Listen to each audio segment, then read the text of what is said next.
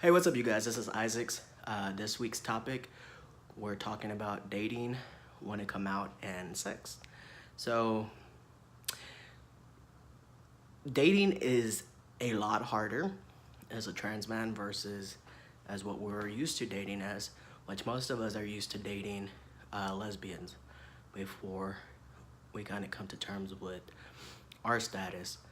So I know I was dating women that identified as lesbian for years and years, and that changes kind of like that, and that's kind of part of the issue that I'm noticing with going to the bars. I'm used to going to gay bars, and before I had my place identifying as a lesbian versus now as a trans man, and all these changes make you blend to the point that you kind of feel invisible, because if you're not identifying as a gay man, what's your place there?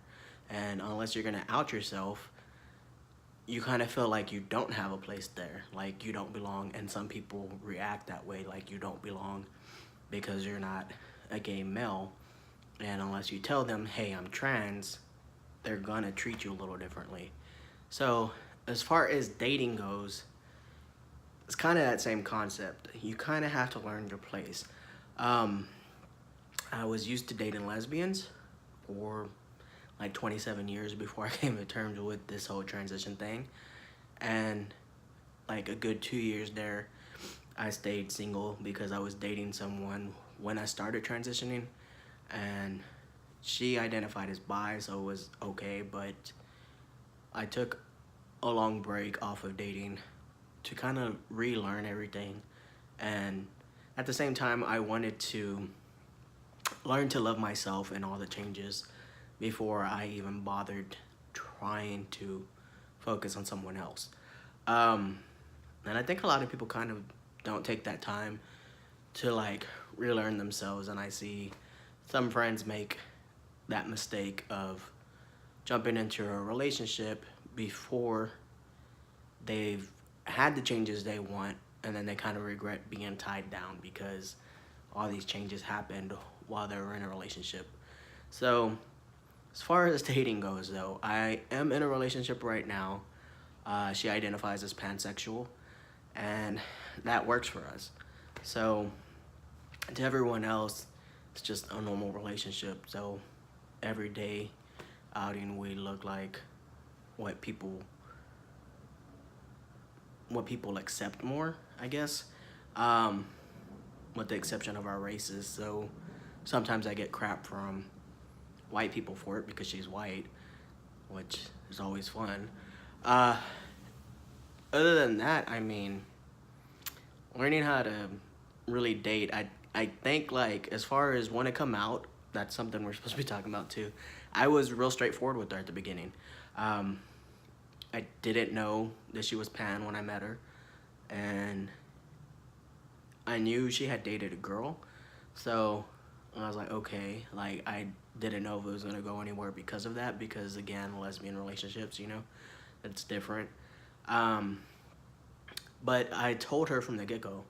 I let her know my status, and that's just kind of the way I deal with it. I'd rather put that out there, and if they're interested, then you'll know, rather than letting someone catch feelings and you coming out later and them feeling like you lied to them.